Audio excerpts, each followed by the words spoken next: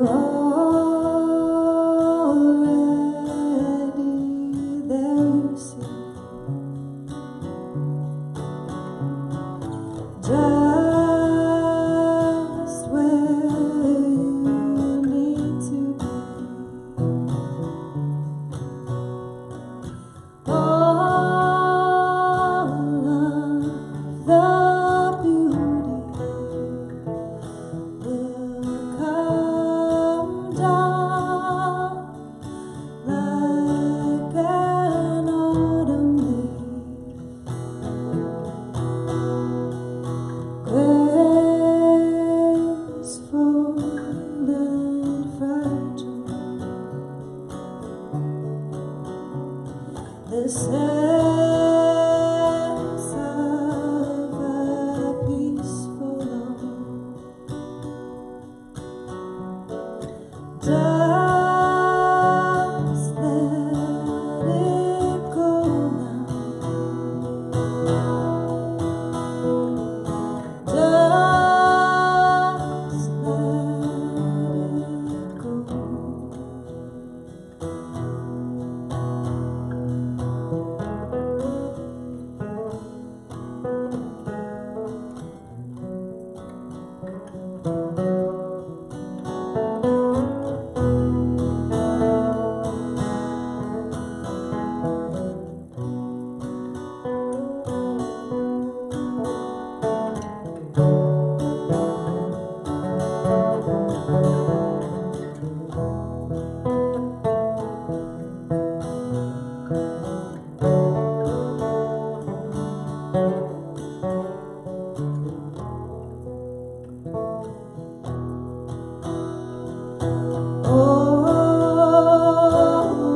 Om Shanti.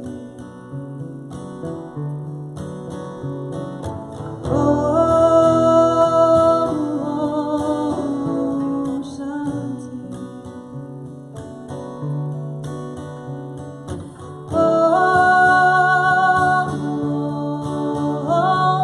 Shanti.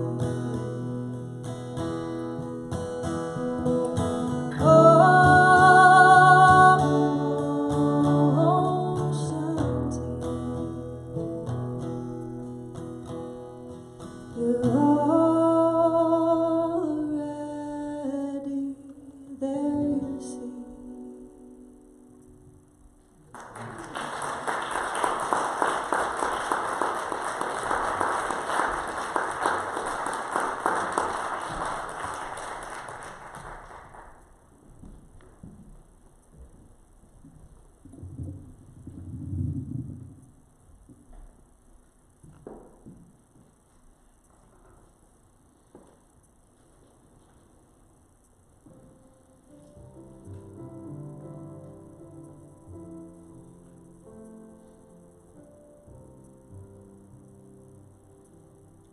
I live in steadfast faith, knowing that my needs will be met. The source of all I need is within and around me. There's no presence, no power other than God. I feel divine healing life energy moving in me, creating perfect order. I know with deep assurance that my loved ones are centered securely in the presence of God. As I let go of all fear and doubt, I feel the gathering energy of divine strength. My heartfelt belief in the power of God allows me to meet every challenge with poise and peace.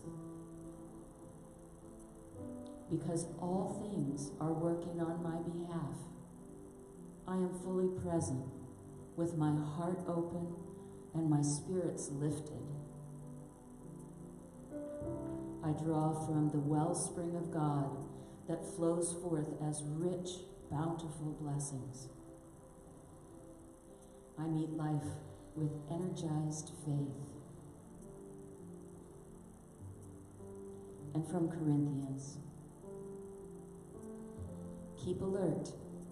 Stand firm in your faith. Be courageous. And be strong.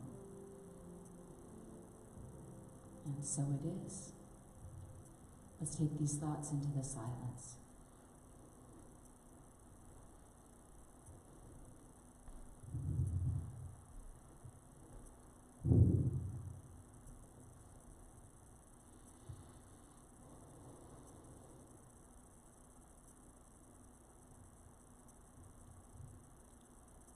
Let's pray. The Almighty Spirit of God, we not only recognize, but we acknowledge you as the one and only power in the universe. And we know that you're only good. And we know that you're present in each and every one of us, in the very center of our beings, where our perfection of the divine lies. And as we connect with that place within ourselves, is where the incredible power of your love and peace and joy and balance and harmony flows into our minds, into our thoughts, and into our emotions. And in this moment of time, in this stillness and silence, we say yes to life, to love, to power, and to wisdom.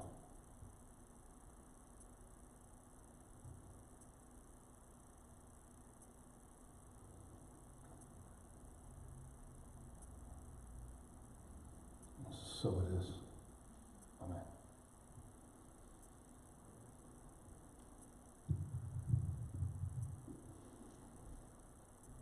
Is this me making that noise, Wendy?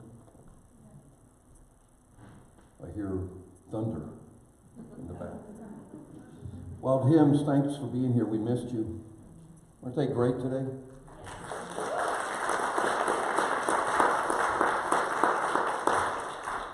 I've loved them from the very first time I saw their name. How could you not love Wild Hymns? Don't you love them? Okay, how I use truth. We're moving to the book 2. This is the book I've been waiting to get to. Because most people in Unity read the first one. And you ask them, when did you read it? Well, when I first got to Unity 25 years ago. Okay? I hope that after these last 4 weeks, you don't put your books away for the next 20 years. This is a book you want to go back and revisit. This is the book that can get you back on the beam when things take you down a rabbit trail and you don't know why. Because when she stated the truth, the other thing I think is so important to remember here, when Charles and Myrtle Fillmore were starting Unity 120 years ago, when they read her work, they said, we can't do any better. They didn't go back. Most people in a spiritual movement got to have their name on the first book, right? They said, this is as good as it gets. There's nothing we can do with this. And they embraced it and made it the basis for the whole Unity movement 100 and so years ago. When we look at this book, and what I wanted to do is to just put it in perspective in history. How I Use Truth was written 22 years after Lessons in Truth. So when she wrote that in the 1894-96, when it was starting to be published in the Unity magazine, one lesson at a time, until they put it into a book. But 22 years later, and at this point in time, this is a woman, remember, she was almost 6 foot tall in the 1800s in New York City, one of the first medical physicians, and went on to write these lessons in truth and became known as the most powerful spiritual healer in New York City that no one knew. Because she wouldn't be photographed and she wouldn't be interviewed, because it wasn't about her personality, about her ego, it was about truth. And she stayed true to that through her entire life. And that's one of the reasons why I was attracted to her in the very beginning. Because of that humbleness, that meekness. It's not about me. This was a woman who was, she commanded attention, right? And she's like, no, it's not about me. It's about the truth that's coming through me.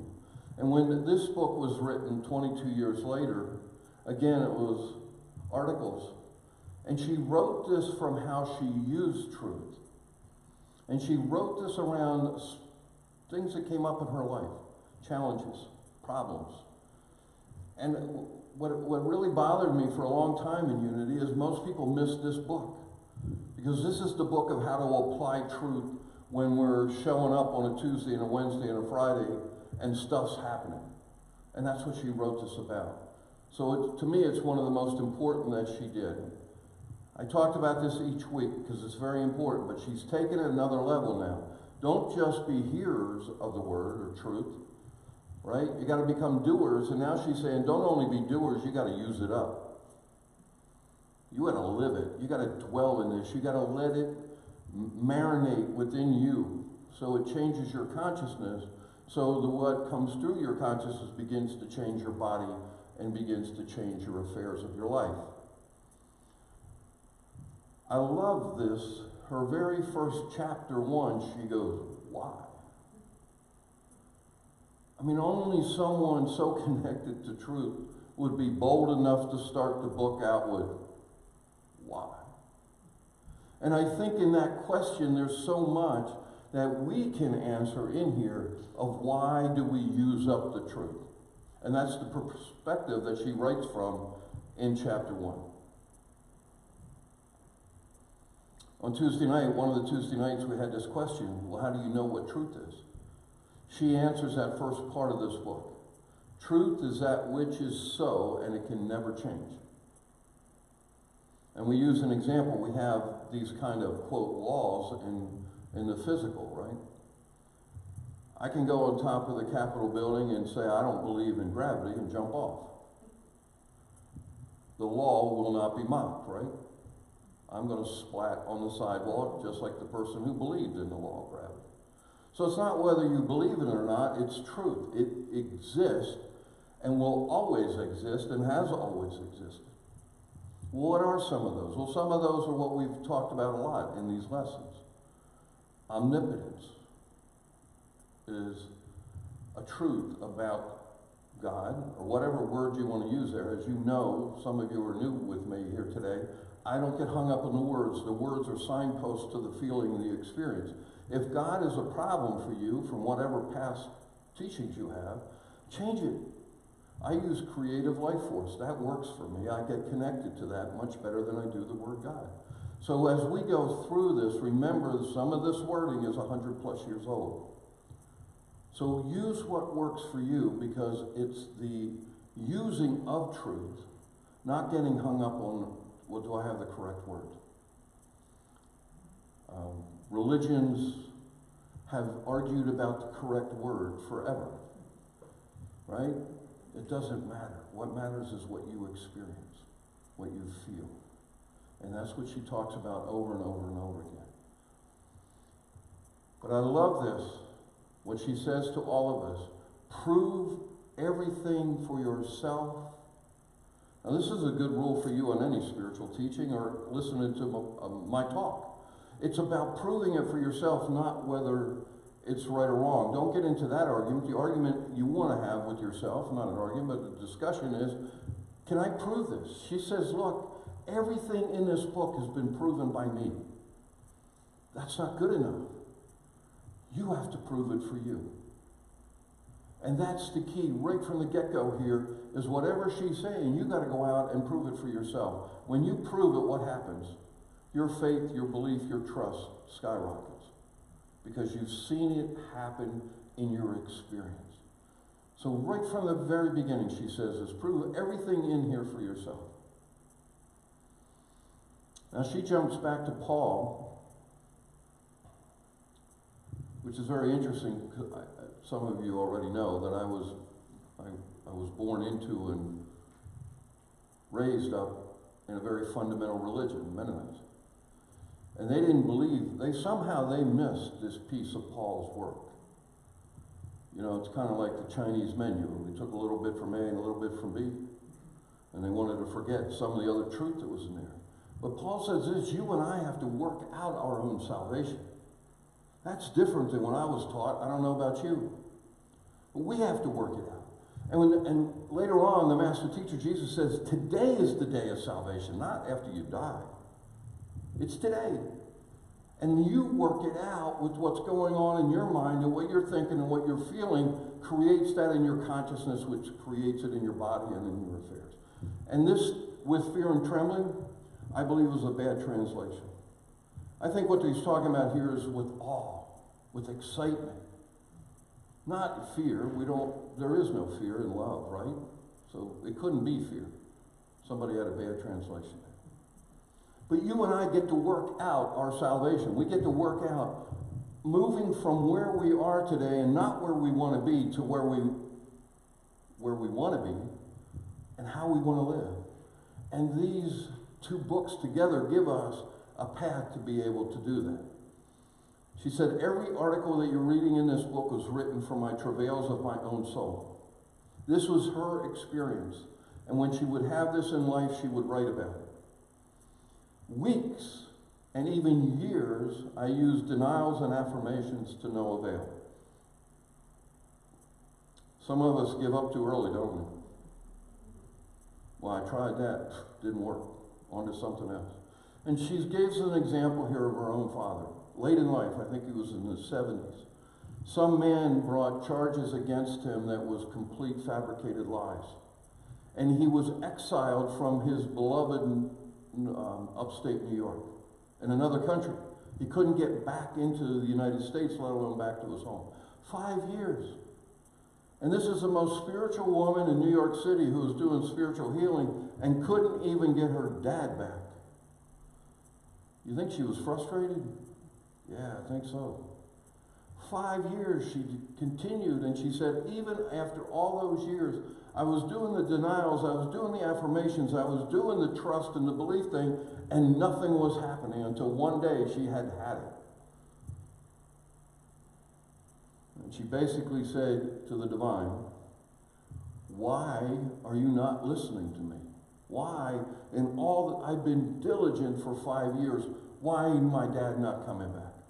And this is what she heard from the divine. I have no hands, but your human hands.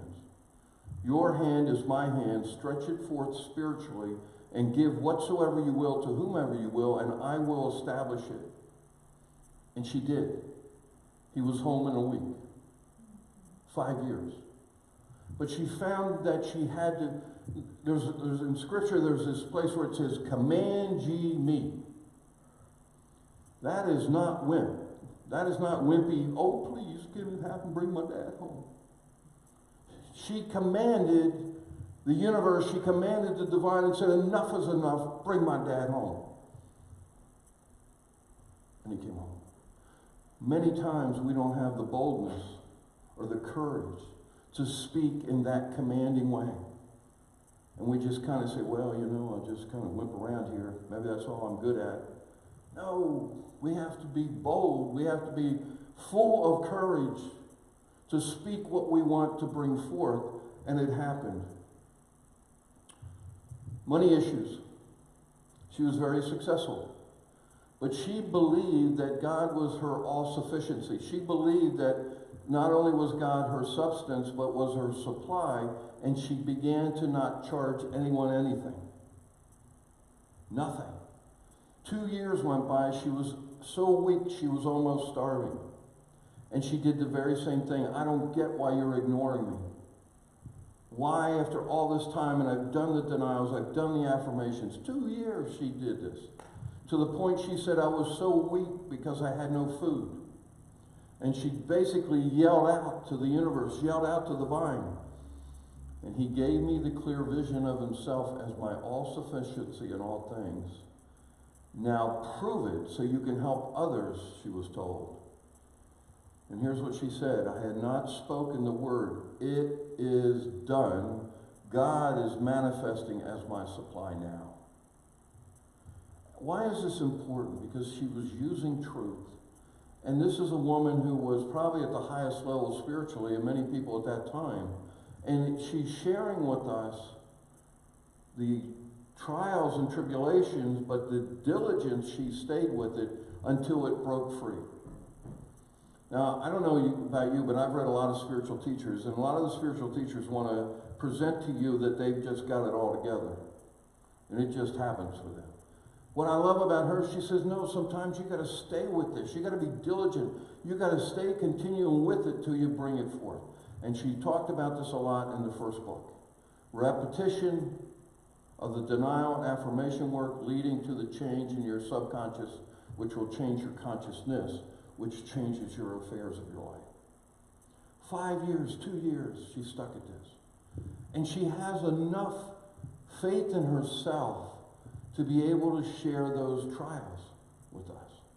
I just love that. And the other one that she came out, oh, I wanted to talk about this. I forgot about it. I'm so excited. And I messed it up because I showed you the screen. A dressmaker in New York City came to her and he was going bankrupt. And his business was just falling apart. And she taught him what she taught us in the first 12 chapters of truth. And taught him how to connect with the divine in the secret place within. And so he went home and he began to. And he connected with that place and his business turned around. And his business got bigger and bigger and bigger. And it's now called Lord and Taylor. He named his business partner first in the name of the business. Because every day he would go to that quiet place and stay with the divine and look for directions on how to run his business. Lord and Taylor's been around for more than 100 years. But here's an example of someone who came to her in New York City whose business was. So what I love about her, she was very practical. It's not only about health, but business. It's about bringing someone home who's been unrightly charged. She had a sprained ankle. Here she was, a spiritual healer. And her ankle wasn't getting any better. And as she waited and waited on the divine, she was told something that she used, and immediately she had health into her ankle. And she said, this is the truth that I learned. There is only God, and all else is a lie. Now, when we started this series, I said to you, one of the things I love about Dr. Emily Cady is she has a way of getting up in your face in a way that I've never really seen in another teacher like this. I mean, think about it for a minute. If you can take this and think about all the things you thought about this week and how much of it wasn't about God or how much of it wasn't about the divine or truth. How much did we use of non-truth that was swirling around in our heads? And we were thinking it, we were saying it, we were feeling it, we were living it, but it wasn't truth. It wasn't God. And she is so bold here that she can say, if it's not of the divine, if it's not all good, it's a lie. That changes the dynamic a lot. At least it did for me. When I began to look at things and call it what it was. So that's not true, it's a lie. It helped my mind get clearer on what is true, what is good, what is beautiful, what is right. And so we're seeing in this first chapter these very practical, we're talking about being exiled, we're talking about money issues, we're talking about health issues. But you can begin to see, and what I wanted to do was share the way this woman thinks and the way she wrote, to give us an example of maybe we haven't been as bold as we need to be on some of these issues. So lesson number 2, finding the Christ in ourselves. And I'm going to be very candid. When I first read this book 20-some years ago, this is as far as I got. I quit on this chapter. Because I still had so much stuff I was bringing from my childhood around the word Christ. And when I got to this chapter, it's like, I'm done. And I never went back to it for many years. And what I would welcome you today to do is learn from my lesson. If that word is a bother to you, change it. Because it's not the word that matters, it's what she's teaching about what's inside you and I and how we can go there and make these changes. I've been sharing here over the last couple months, the word I put in for Christ is my whole completed soul. It's the same thing. It's that divine within you, that perfection within you, whatever word you use. It can be the I am, it can be the Christ within. The Jewish word is Emmanuel, the God within. The Hindu word is Atman. Lao Tzu called it the Tao, that was that place within you. It doesn't matter what the word is. Just pick a word that works for you, okay?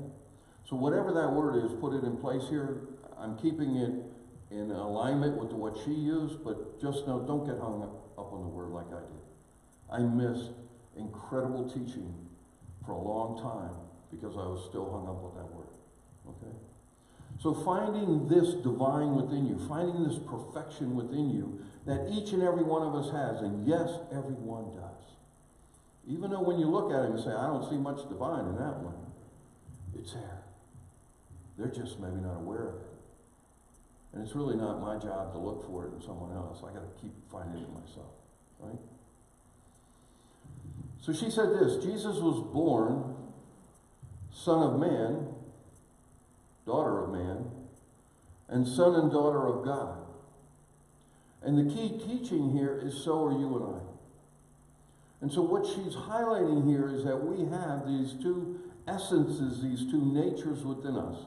One human, one divine. It says, well, it sounds a little bit like split personality. Yeah, it is. And we all have it. And it's the free will, choice, decision that you and I have been created. We're the only creation that has the ability to decide which side of these two we're going to live on every second of every day. Right? So we have the human, we have the divine, and how do we choose out of that which we want to live from? And that's part of what the rest of this book is about. It's making better choices so that we're more in alignment with, as I call it, the creative life force that's within me. Or I'm making decisions out of Dan, persona, the mask I wear. So when I show up at Unity Harrisburg, I look like the perfect minister, which I'm not. That's persona, that's human stuff, that's ego. But behind it, all of us have this perfection within us. And that's what she's getting in touch with here and wants you to get in touch with.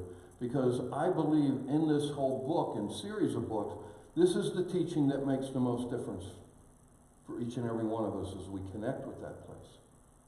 And we begin to live from there. And know how to make adjustments along the way. And one of the first parts is taking personal responsibility that, yes, I have the ability to choose. I have the ability to decide. Another way to call it is that, yes, I have been given and created freedom of thought. You and I, all of our emotions come from the thinking, right? We all know that. The feelings that you're feeling coming from your thinking, not from what's happening around us. And that thinking, that thought, is what you and I have the freedom to change. We can stay with the one that's not working so well, or we can make a change immediately and begin to change. Because here's the beauty about thoughts. What happens to them?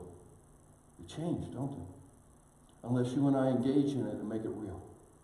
But if we sit back and observe it, they just kind of go by like the clouds. Ooh, there's another one. Another one. Oh, I'm going to make this one real. That person really did do that to me. I'm now going into a negative spiral of thought and feeling into something that I don't want. So that's the freedom we have, the freedom of thought. She says this, we have two parts here. We have the fleshly mortal, that sounds like a real religious word, doesn't it? A human piece of us, whatever you want to call that, where we feel weak, we feel insufficient, we're insecure. Whenever any of us are feeling that, and we all do, no matter what, when that insecurity shows up, we got to know immediately what side of this we're dealing with. We're dealing with that human side. We're dealing with the ego, the persona. That's what ego gets built out of. Ego gets built out of insecurities, out of fears. And we got to present this to the world as who I am. On the other side is this incredible perfection of divinity within us. at the very center of our being. It knows itself as the conqueror of all things. And it says, I can versus I can't. We all deal with this. Some are more aware. Some are more self-aware of this going on in their lives. And when you are, you have the ability to change it immediately. Because you have the freedom of thought. And thought is how we create. So we can go back and change the thought. And as soon as we change the thought changes the emotion changes consciousness, the consciousness changes the body and the manifestation of life.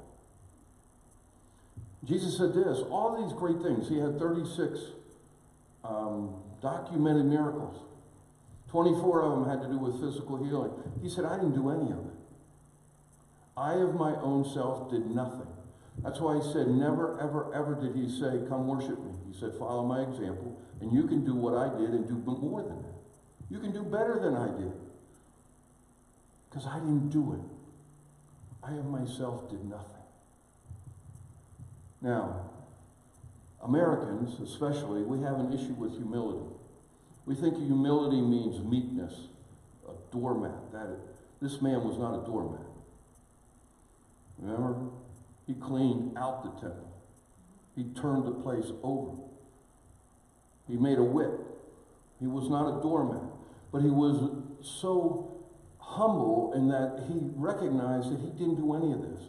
And so what he's saying is, pay attention to what I'm teaching you, because this very same life force, this very same power is available to you for your life. In which he goes on to say this, Jesus kept his eyes away from the external altogether and kept his thoughts at the central part of his being, and this is where she calls it to Christ. Again, please, don't miss the teaching for a word. Put whatever word works for you there.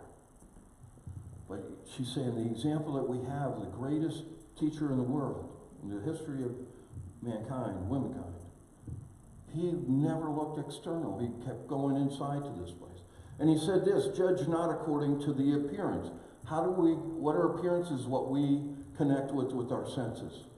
It's what's in the physical. He's one step higher than that. He's seeing the spirit behind all physical. And that's what he says, judge righteously or judge with right thinking. But don't get caught up in the senses, because you're only seeing the appearance in the physical. Effect. We want to go up higher to cause. Another way to say that is we want to go upstream a little bit to the cause. We have been taught to stay in the effects, to stay entangled in all of this. And what Jesus taught was, no, go upstream. Go to the cause, and then you can begin to understand what's happening around you. We must recognize that it was the Christ within that made Jesus what he was. Again, he said this over and over again. He taught it many, many different ways for you and I to take our eyes off the appearance and onto that, he called it the Father within. Our power now to help ourselves and to help others lies in comprehending what she just said, that truth. For it is the truth whether we realize it or not, just like the truth of the gravity when I jumped off the Capitol building. Whether I believe it or not, it doesn't matter. It's going to happen. And when she's saying the same thing as here with this spiritual truth, is whether you believe this or not, it's happening. And your job, if you want to understand it, is get connected with it so you can see.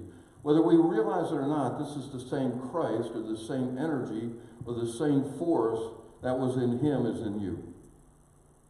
That's why he called it the good news. And he changed the word to gospel. But he called it the way of good news. Because he was showing a way for you and I to stay connected with our source and let that source and that energy that flows through to run through our lives. It is part of himself that God has put within us, whichever lives there with an inexpressible love and desire to spring to the circumference of our being. Circumference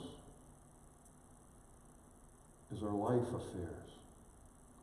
This is in the center, divine being at the very center of perfection, but it wants to come through us into circumference and be affected in everything that's going on in your life, everything that's happening in your day. Springs to the circumference of our being or to our consciousness as our sufficiency in all things. He goes on to say, look at the birds, look at the flowers. They have no worries. Why? Because they can't choose not to. They don't have freedom of thought like you and I do and say, well, you know what? That happens for Jacqueline, but I'm not worthy of it. Or that happens to this person. I'm not good enough. No, it doesn't say any of that here. It says it happens for all of us when we recognize it and get aligned with it and allow that power to come through. So Jesus said this, the words I say unto you, I speak not from me. Here's another place where he says this. But from the Father, what he calls that Father, or the creative life force within, is abiding in me doing the work. Again, he is not taking credit because he's not doing the work. And he's saying the same is for you and I. And then he goes on to say this, anyone who has seen me has seen the Father, because I've cleared out my consciousness. I'm keeping my focus inside, internally. And so when I show up, you're going to see that divine within me, not the circumference stuff.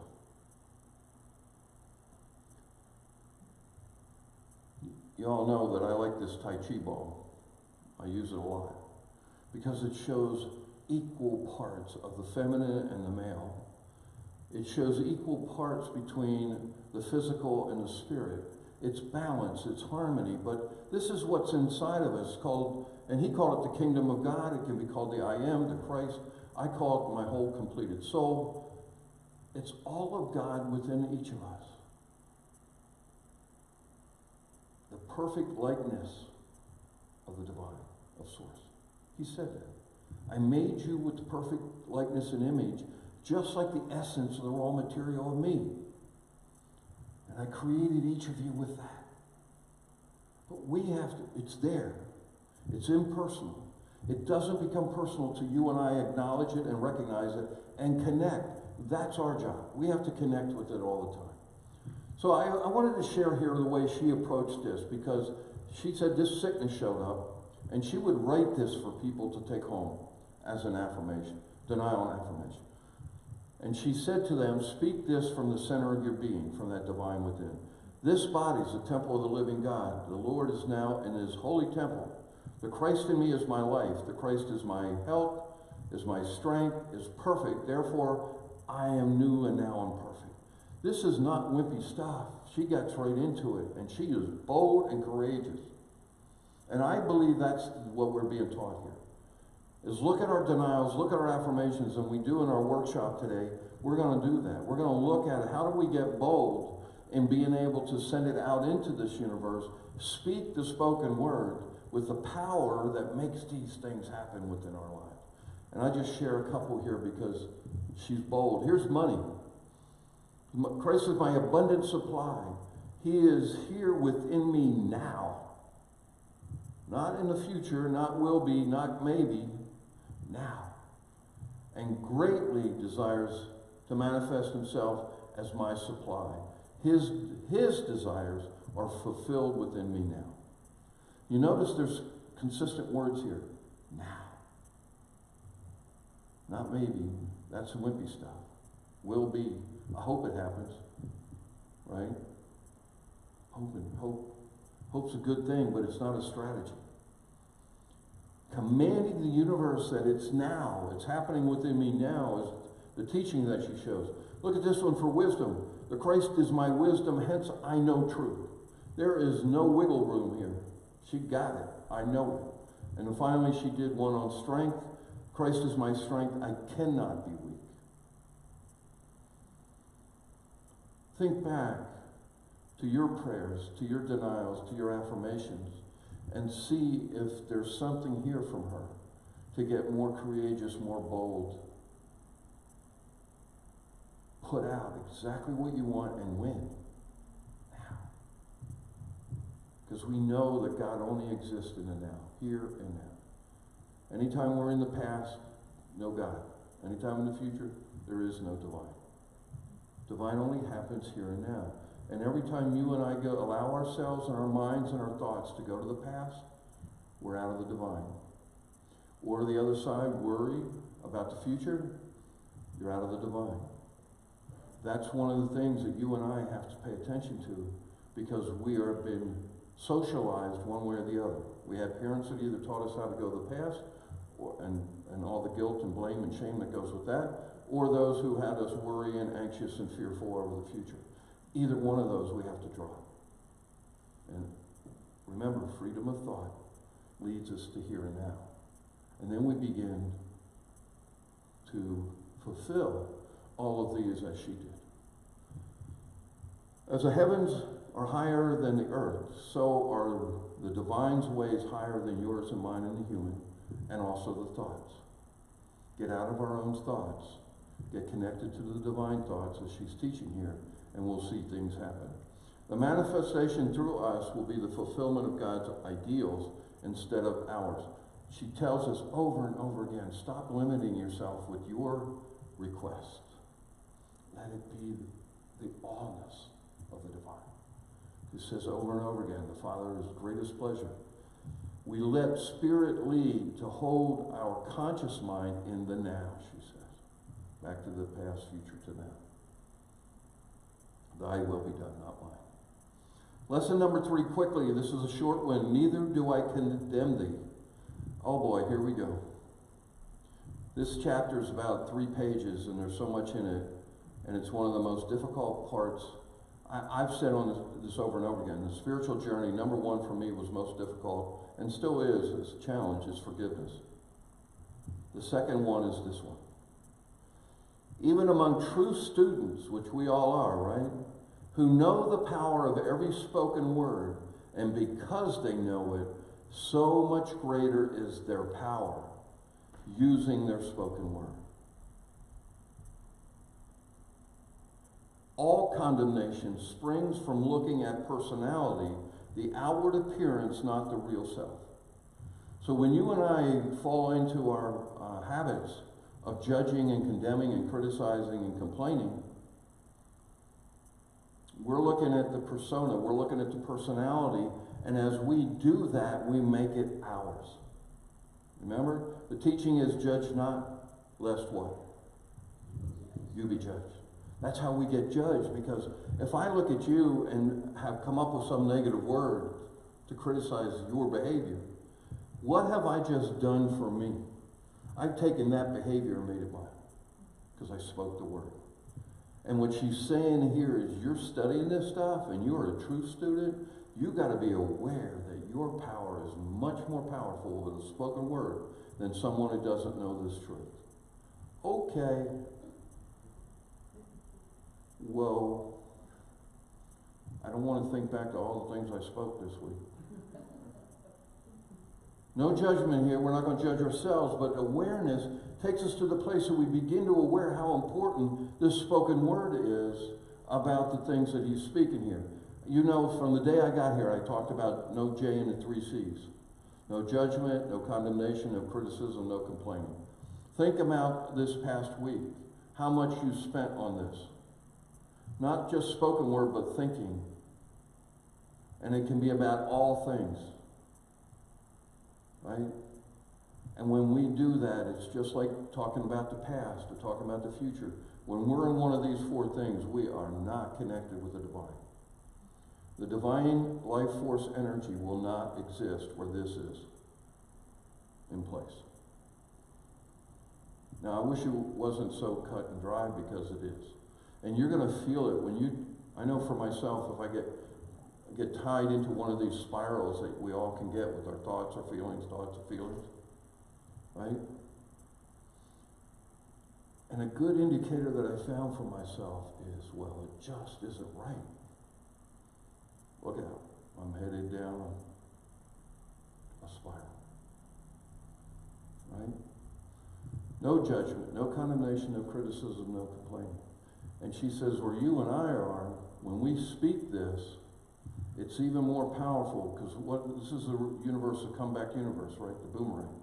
What we sow, we reap. What we put out comes back. And this is an area, as I said, for me, because I came from a family that was very judgmental and very critical of other people. So I had that training entrenched in me. It was in my subconscious. The habit patterns were there. And I've had to work and work and work at this. And it, you know, when it all happens is when you're tired or not feeling good, it shows back up, doesn't it? It's like, there it is again. Wow, look at that. I haven't done that in I don't know how long, but there I am. And so we have to stay vigilant to this and recognize it in ourselves immediately. And what do we do with it? It goes back to thought. I started with a judgmental thought. And when I recognize that, I can go back to it and say, next, I'll take another thought there. And it'll move me up the escalator, move me up the elevator to a higher level of consciousness. It even gets stronger for by your words you will be justified, and by your words you will be condemned. This is the spoken word piece. And she's saying we have to be very diligent as they come up. So again, don't judge ourselves, don't condemn ourselves, be aware, and begin to look at it and say, okay, there it was. How do I go back, and what's another thought that I can have for that person? And remember what she's saying, whenever we fall into that, we're judging appearances about personality or ego, about the humanness. Go up another level and get connected with the divine that's within them. And it really does help. But we got to remember that's the part. Whoops. So unless there is something here she takes it another level here. So unless there is something within us that responds to the negativity in another, we shall never even see it. If I see something in you and I judge it, it means I have it within me or I wouldn't recognize it. Oh no. That puts a whole nother level to this whole J and the 3C thing. Because the only way I can name it and talk about it is if I have it within me. So where's the work? Right? So that's what we've got to go back to from that point and begin to do the work to release those thoughts that were leading us to that place and begin to clean our own wineskin, our own consciousness. And at some point, we actually get to a place of gratitude when that negativity shows up that we see in someone else, to recognize it within ourselves. Because as we start to clean that out, it allows our consciousness to get cleaner and move forward. We are one always, whether we recognize it or not. And she's saying it here again. When I find judgment or condemnation in another person or criticism, I'm really criticizing, judging myself, right? Because we're one. We're one in spirit, not physically, but we're one in this spirit that we're talking that's connected with it. So when I judge someone, I'm only judging myself. Like I said, only 3-page chapter, but there's something really, really important in there for you and I, because as we begin to pay attention to that, we begin to rise in consciousness. We begin to rise in pure power as we drop these things out of the way we live. Talk about the God's fountain within. I love this idea. There's delight and there's this incredible purity within us we can get connected with every day. So daily practices this week, we're going to continue what we talked about last week. Experience the secret place at least twice a day, 5 minutes. Go there, get connected, and watch what starts to happen within your own consciousness.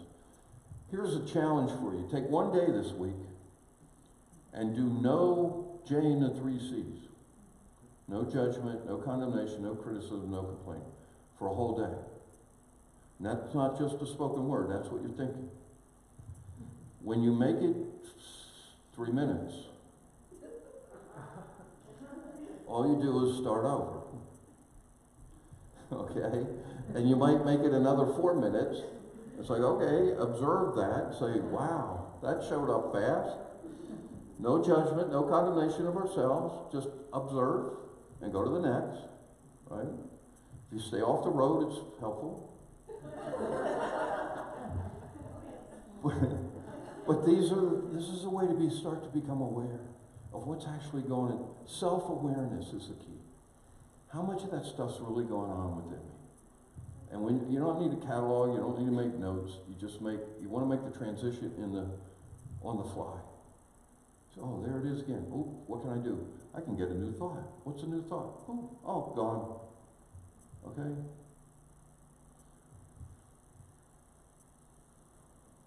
And this is a level of forgiveness that we're beginning to see come out of this. whenever, and this is one as a minister, it's really interesting. Someone will come to me and say, can you please pray for someone for whatever the health reason is? And if I take the sickness, I'm actually not seeing them in the truth. I'm seeing them in the appearance. And we can forgive others and we can forgive ourselves when we fall into that trap. When someone comes for me to pray, I want to see them in their true self, their ideal self, not in the appearance of something else. And when I do that, I have to forgive myself for it. Because I'm going down the rabbit trail of what? A lie. It's all God. If it's not God, it's a lie. And so it's very quick that you can do that and just say, you know what, I'm really sorry. Forgive yourself that I saw that person in that way. I want to see the ideal true self. And we're going to talk a little bit in the workshop about how a way that she teaches and the way I've been beginning to use it really helps when I'm praying for someone else. Not to get caught in this trap. Not in the sickness or the lack or the limitations, but I want to pray to the ideal true self. That perfection within them. There is only God. All else is a lie. Okay, let's go. Let's take a moment and go to silence, please. We'll just take a couple deep breaths.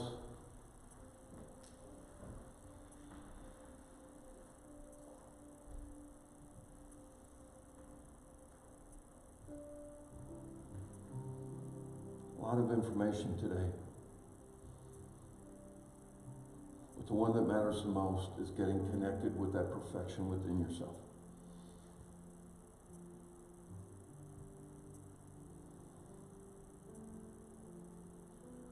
One of the ways that I found it has helped is with my eyes closed, I just raise them up a little to the center of my forehead. We know scientifically now that activates the pineal gland, which is our gland that activates us to the divine. Just see and feel the light. Let it flow. Let it light up that fountain within you. That place of, it's invisible, but you can feel it and see it with your spiritual eyes. But you know when you're there, when you just kind of take a sigh and go, oh, I'm home. All the appearances of the senses don't matter. Just a place of refuge, a place of safety. The secret place of the Almighty within you.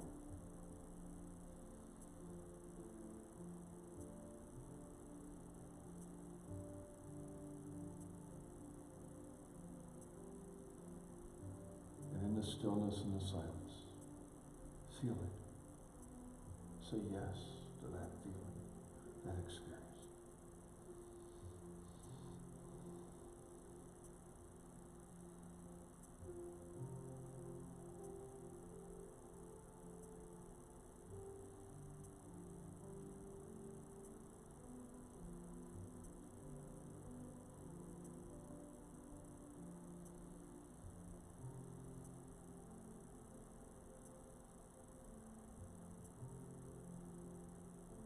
As we go into this week, let the light from that place shine and give you the path ahead.